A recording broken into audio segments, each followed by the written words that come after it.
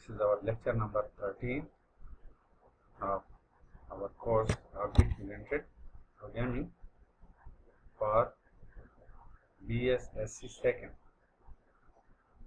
In this lecture, we are overloading.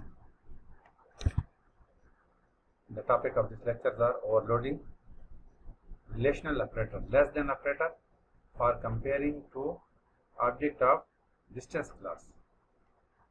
We will overload this relational operator, that is comparison operator. It will compare the two distances. Actually, the capacity of this operator is to compare two standard data types, that is two integers, two float, two characters. But here we are overloading this operator and we are putting some extra load on this operator, and we are comparing to object of distance class, which is not the domain of this operator. But here we will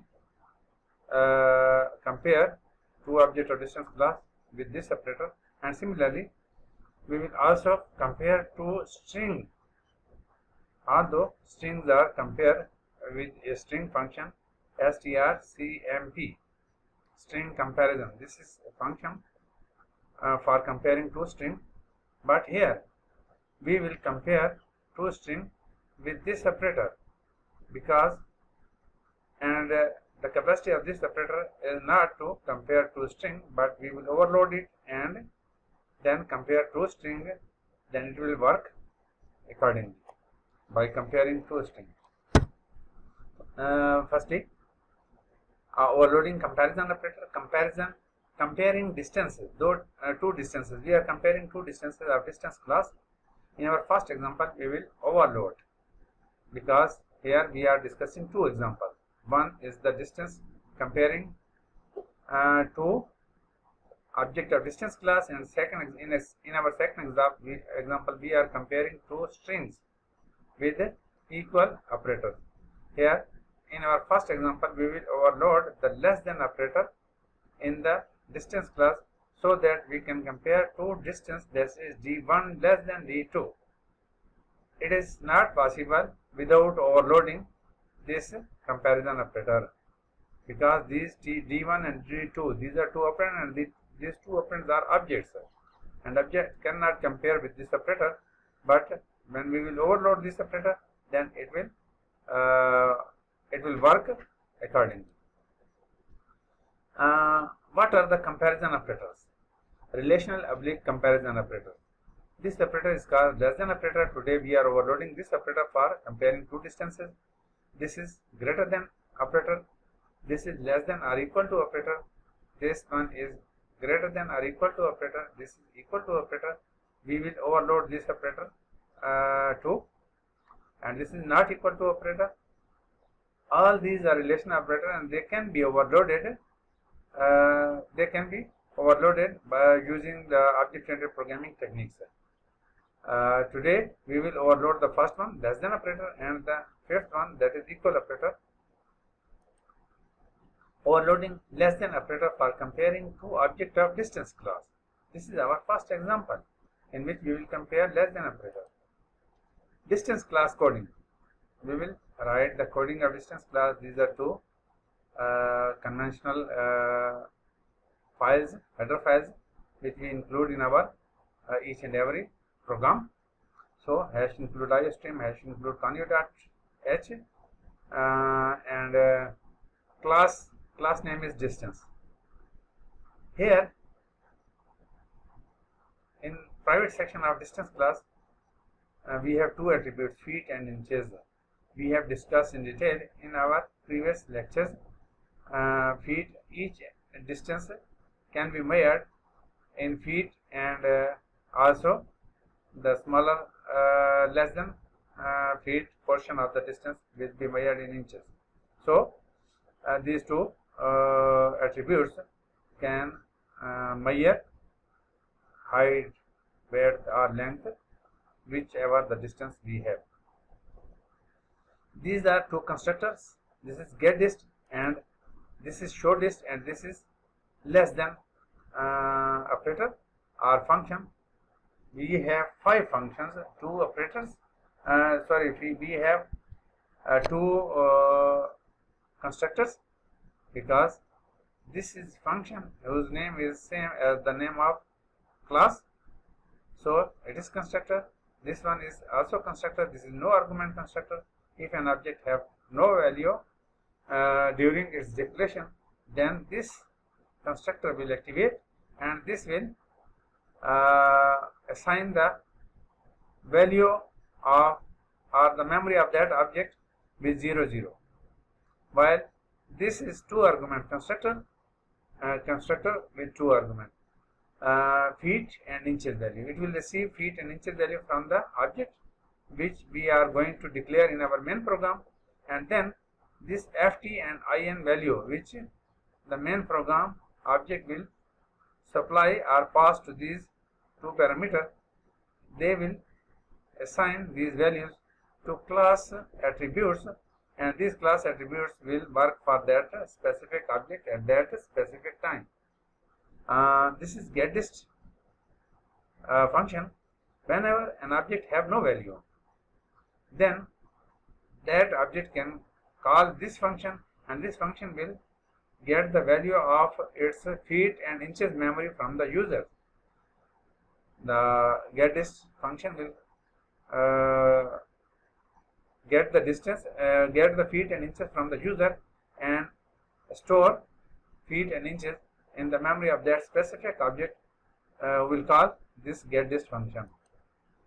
This showDist function, every object need to call this function, because if an object want to display its data on the screen, then it will call this showDist function, and showDist function will display the feet and inches in the engineering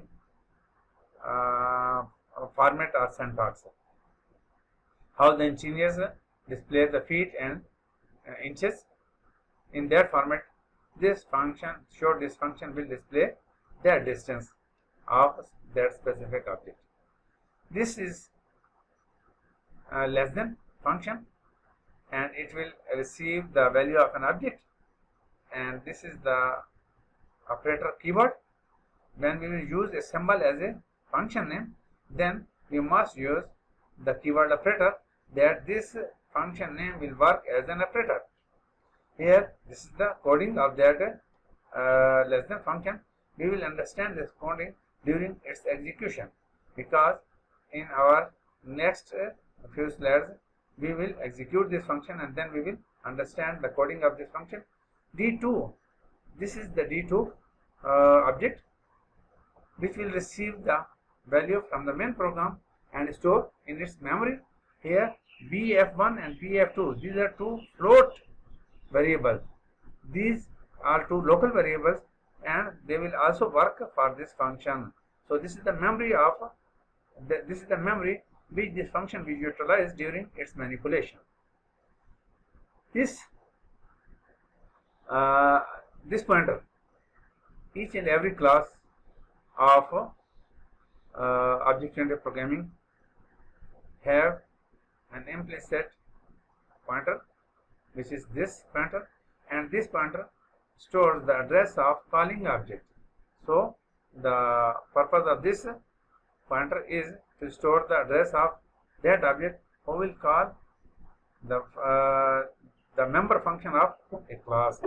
So whenever an object will call a member function of a class, this pointer will store the address of that specific object at that time. This is our main program coding, and in this main program coding, this is distance d1, distance d2. These are two objects. Distance is the class name, and you know very well that class contains two attributes, feet and inches. So it will assign the memory of feet and inches to d1. d1 contains feet and inches, and also it will assign the memory of feet and inches to d2. So d2 also contains feet and inches. So each object of distance class will have its own instance of memory, because this object does not contain any value. So no argument constructor will call for this objects, and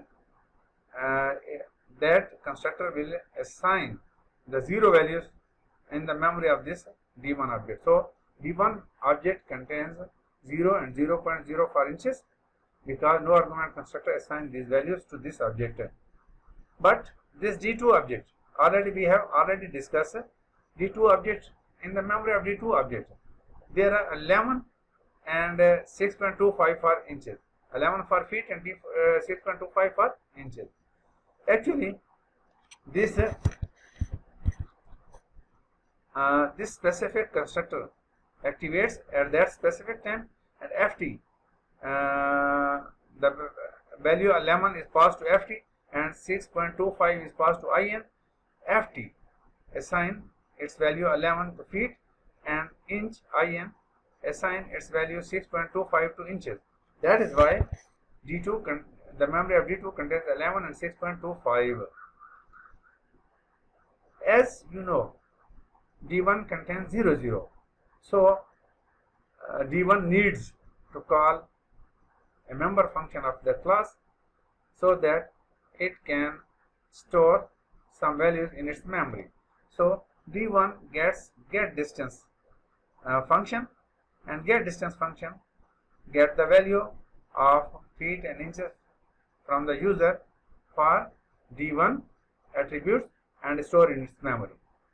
What is get this function and how it assigns the value to feet and inches? Here you may see, because in our distance class, this was the get distance. These were two constructors, and this was the get dist function. At this specific time, D1 is calling this one. As D1 call this function, this operator store the address of D1 in its memory. So the class attribute feet and inches, these feet and inches, each and every object, it is the duty of each and every object, it is the duty of each and every member function of class to manipulate these feet and inches of class. So this constructor are also manipulating these feet and inches. This constructor is also manipulating this get this function is also manipulating feet and inches. And whenever some object call any member function, this pointer store the address of that specific object, and when user give the value for feet and inches, then the class follow the address of this pointer and jump to that address of D1 and store the value of feet and inches at that specific location of D1. So user is calling this D1 is calling this get this function, and user is enter feet. Here it will enter, let's suppose 10, and enter inches, and here user enters 6.50 inches, 10 feet and 6.50 inches. And when we will go back to main program, here you may see that D1 contains 10 for feet and 6.25 for inches. In our next two line, distance 1 is equal to D1 dot show dist. Tout will display distance 1, this message, and D1 will call show dist. This is show dist function of our class, which we have discussed previously, and this displays the value of feet and inches in the format of engineering type format. Then it will show the D1 data show dist win, because D1 will call show dist, then it will display the D1 data, and when D2 will call show dist, then it will display the D2 data. Computer at this specific line, computer will write dist 1, the output will distance 1, the output will be this one, distance 1 is equal to. From here D1 will call show dist, and onward this output will be displayed by show dist. How? D1 will call show dist, and this pointer will store the address of D1, and D1 will this pointer will get the values of feet and inches from this memory location, and here computer will fetch the value of feet, that is 10, and then it will display this single quote and dash. Here you may see 10 single quote dash, and then it will display the value of inches. This is 6.50 inches, and then computer will display this double quotation mark 6.50 and double quotation marks. This output will be displayed by show dist function. Count will display dist1 is equal to, and show dist will display this part of output. In second line of code, here computer will again display distance 2 is equal to this. Here it is distance 2. I write here distance 2. It is distance, actually distance 2, because I have copied this thing. So here it is distance 2. Distance 2, computer will display distance 2 is equal to, this part will display count statement, and the second part of this line will be displayed by d2.showDist. ShowDist will display the memory of disk 2, 11 and 6.25. So here feet, it will fetch this value of feet 11. So computer will display 11 and single quote dash. Single quote dash will be displayed by this showDist, and inches value will be fetched from this memory location of D2 6.25. Here computer will display 6.25 and then it will display double quote 6.25 and this double quote. This format will be displayed. This second part will be displayed by showDist, because D2 is calling showDist. This is the distance of memory value of D2. This second line will be displayed in response of this second line of main program. Onward, this comparison operator, less than operator will be called. D1 is calling less than operator and passing the value of D2. This D1 is calling less than operator. So this pointer will store the address of D1, because D1 is calling less than function and passing the value of D2. So what will happen when it will call less than operator? This is less than operator actually. This is less than operator, and that the value of D2 will be passed. This D2 value will be passed to this D2. As we say, we already discussed that these feet and inches are the blue color feet and inches are the attributes of the class, and for the values of these attributes, computer follows the this pointer memory. So in the memory of this pointer, here is the address of D1. It will jump to the address of D1 and get the value of feet and inches for these blue color attributes. So the value of D1 feet is 10 and the value of D1 inches is 6.50. So computer will get feet and inches from D1 address location. This D2, because D2 of the main program object, D2 memory, in the memory of D2 in main program, the value is 11 and 6.25. Here D2 is passing its value 11 and 6.25 to this D2. This D2 contains 11 feet and 6.25 inches of D2 of main program object. So here are the values of D2 passed by main program, and these two values of D1, we will jump to the address of D1 and get the values of these blue color attributes from the memory address of D1. Float BF1 is a variable. Actually, it converts both the value feet and inches into a single value. It takes feet plus it also converts the inches into feet. When we divide the inches divided by 12, then they become the feet value, and these feet are added with the feet attributes values, and whole value is stored in BF1. Here D2 dot feed. Here you may see this is the memory of BF1 10.50 because D1 memory contains 10 feet and 6.50 inches.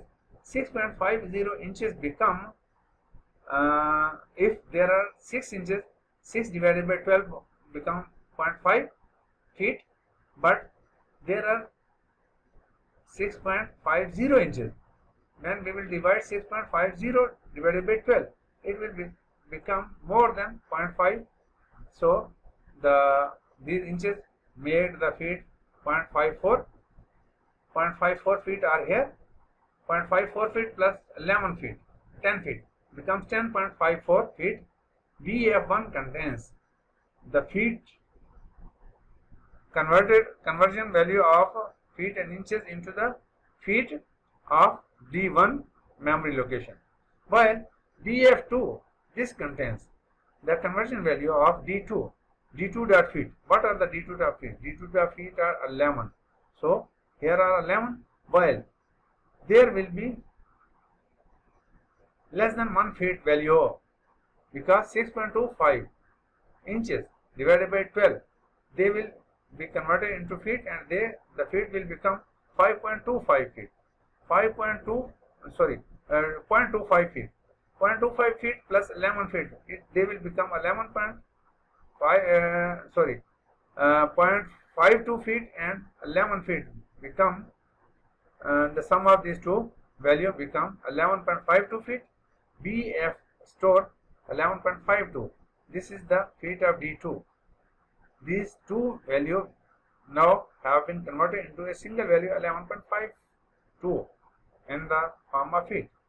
When we have converted the feet and inches of D1 into single value and feet of inches of D2 into a single value, these two single value can be compared.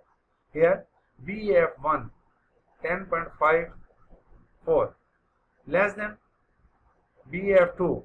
BF2 value is 11.52. Here 10.54, here 11.52. So 10.54 is less than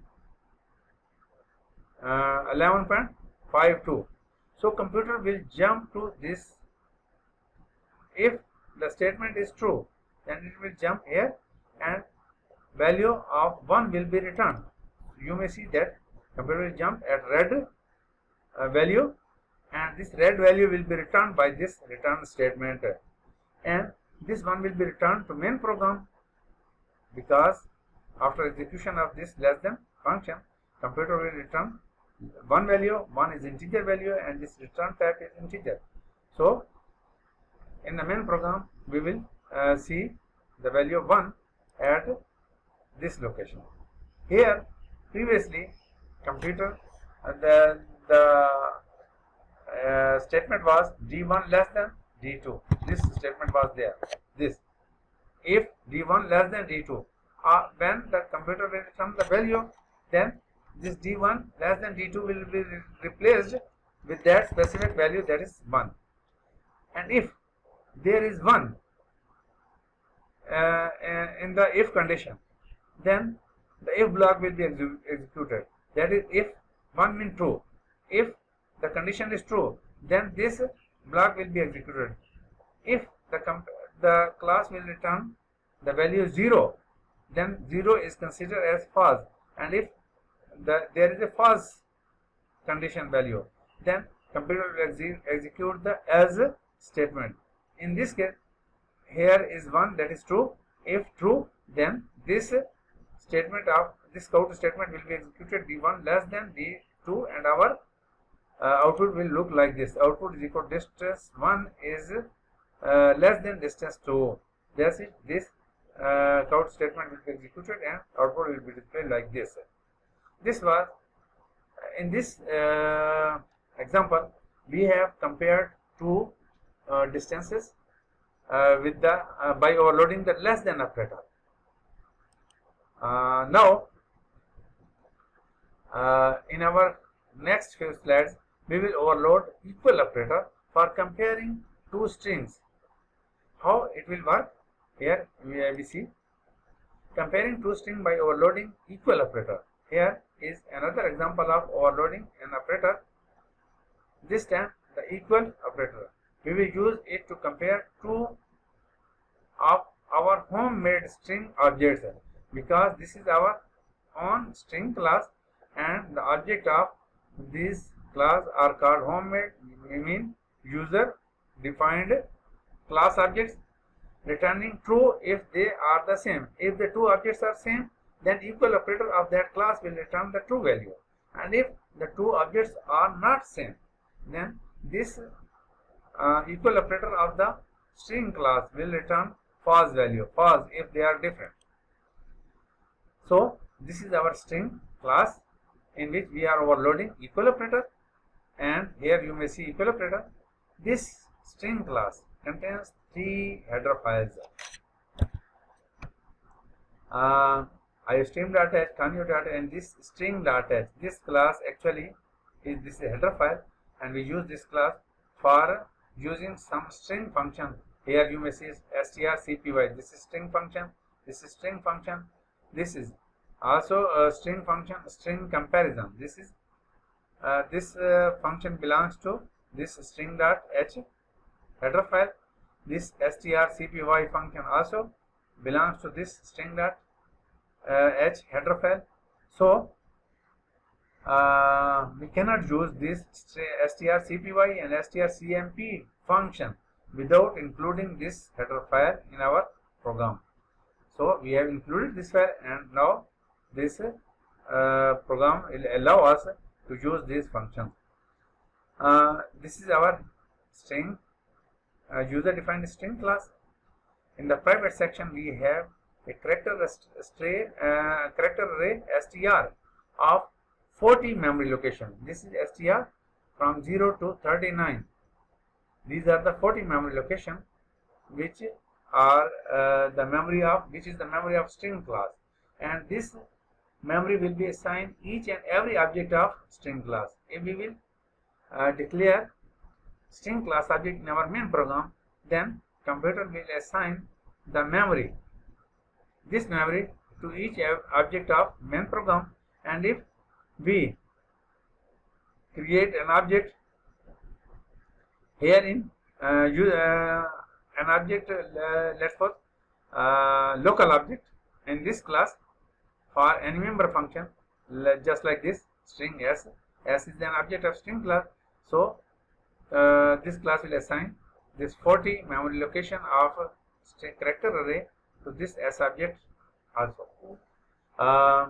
String class contains two constructor. This is string, this is the name, just like the class name. So this is constructor, this is also a constructor. This function will display the value of this class memory location. Each and every other constructor or the function member function will manipulate the memory of this string class. So the memory of string class is str character array. So here string constructor will also manipulate this string class. Constructor will manipulate this memory of class. This display function will also manipulate this get string function will manipulate this equal operator. This is function. This function will also manipulate this memory of class. So it is the duty of each and every member function of the class to manipulate the memory of class defined here in private section of the class. So str cpy str, this constructor actually store or copy. Str cpy means string copy. An empty string is copied in the memory of class attribute str. Here this constructor receives an array of character, and this array of character will be stored in s, and s will store will copy that data in the memory of string class attribute, that is str, using this str cpy function. That is S value, the value of S will be copied into str through this function. A display function will display the memory location of str. Whenever an object will call this display function will count the str value of that specific object. Get string will get the value of str of 40 memory location, because string contains 40 memory location. So this get string function will get the value for this string after the 40 character from user. Sin.get is a function, and this function will get the value from the user for this str attribute up to the 40 character. Int operator equal, this is equal operator, and how it will work when we will call this function at the specific spot. We will discuss this equal operator, how it works. In next slides we see the coding of main program, how main program declare the object of this string class and manipulates the memory of those objects by calling the member function of this class. Here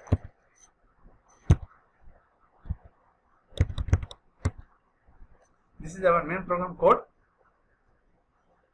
Void main string is our class name, s1 is an object. This s1 is an object, and a string assign the memory of 40 character str from 0 to str39 to this object. String s2 is another object of string class, and a string class will assign its memory str memory to s2 object. This s2 object contains the memory of 40 character of assigned to it by the class. S3 object, this S3 is also an object of string class, and a string class will assign its memory to this object also. Here S1, the memory of string class is assigned to S1, and also S1 call the constructor of the class and pass the value yes to that constructor, and that constructor store the value of yes in the memory of S1. S1 memory also contains yes, yes, and last character is null character. S2 object also contains the value no, and it will call this specific object. Actually, we see the execution of this main program here in the flowchart. We have constructed the flowchart. Here you may see s3.getString function is calling. Here we are comparing s3 is equal to s1, count, you tab yes, else if s3 is equal to s2, you tab no, else you did not follow the instruction. Our instruction is user had to enter yes or no. We see the flowchart of this main program. Here you may see start s1 contain is assigned yes, and this string class object, this s character array receives the value of yes, and this value the value of yes passed to this s is copied into str memory. You may see the memory of str in s contains yes. S2 is equal to no. When we declare S2, it contains the no value, and this constructor accept now this s receives the value no, and no is copied into the memory of str, which is here with S2. S2 memory of S2 here contains no. This constructor has copied this value no in this memory. In flowchart, this message is displayed. S3 message displayed. Message displays enter yes or no. This is actually the guideline for user, that user had to display user has to input this yes string or no string. These are two strings. So if user enter JS string, then it will be stored in the memory of S3 object, because there is nothing in the S3 object, nothing in the memory of S3 object, and S3 is calling get string. Here we are displaying message and we are actually instructing the user that user had to enter yes string or no string. We are calling input function s3.get string. This is get string function of class, and S3 object is calling this function, and this in response of this function sin.get string str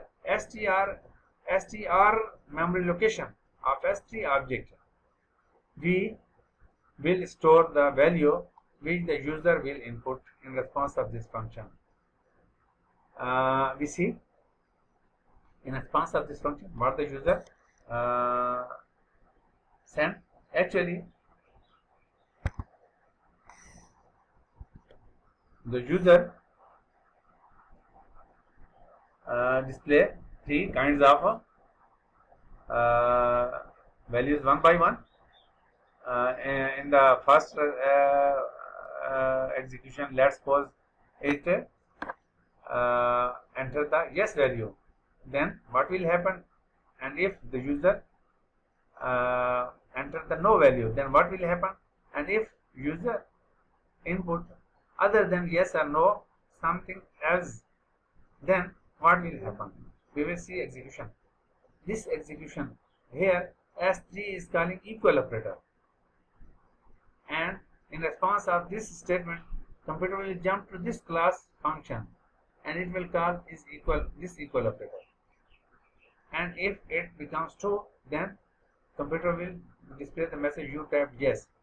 Otherwise, it will go, it will move to this, follow to this arrow and execute this line of code. If S3 is equal to S2, value of S3 which is input by the user, if it is equal to the value of S2, that is value of S2 is no, then computer will again jump to this function and here it will display, it will return the value of 1 or 0, that is true or false, and in response of that value, if computer this function return the value of 1, then computer will display this message you type no. Otherwise, computer will go and follow this arrow and display this message. If the user enters the value of S3 is other than yes or no, then it will display this message. How it works, we see in our next slide.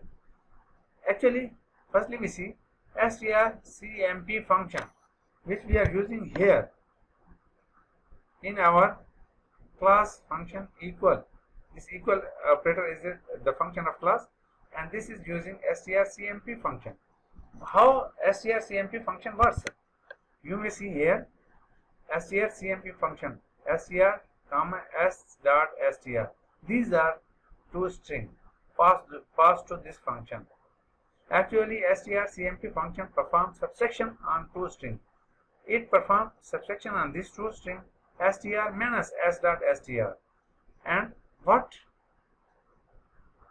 the computer get here, str minus s dot str in response of these two functions. If the value of str is 50 and s dot str is 40, then 50 minus 40 it will be 10, and computer will get the result positive. Here it will consider the positive. If str value is 40 and s dot str value is minus 50, then after subtraction the result will become minus 10 and computer will consider this negative. Here it will come negative. Positive, negative or 0.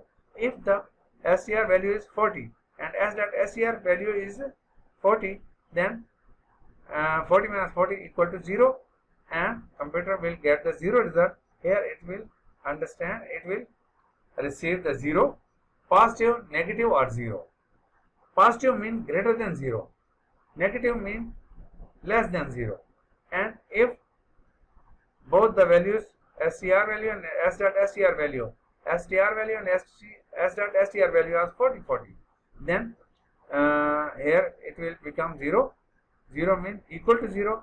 So string comparison, here it can receive positive, negative or 0 value, while the class function comparing this value with equal operator is equal to 0. Here is another 0. You may see here in this function. Here we will get positive, negative or 0 value, and that positive, negative or 0 value will compare with this using this operator with this 0. If it receives positive or negative, then it will not be equal to 0 and computer will return this false value. And if here the result is 0, that is this third line of code, this here we receive 0, then that 0 will be equal to 0.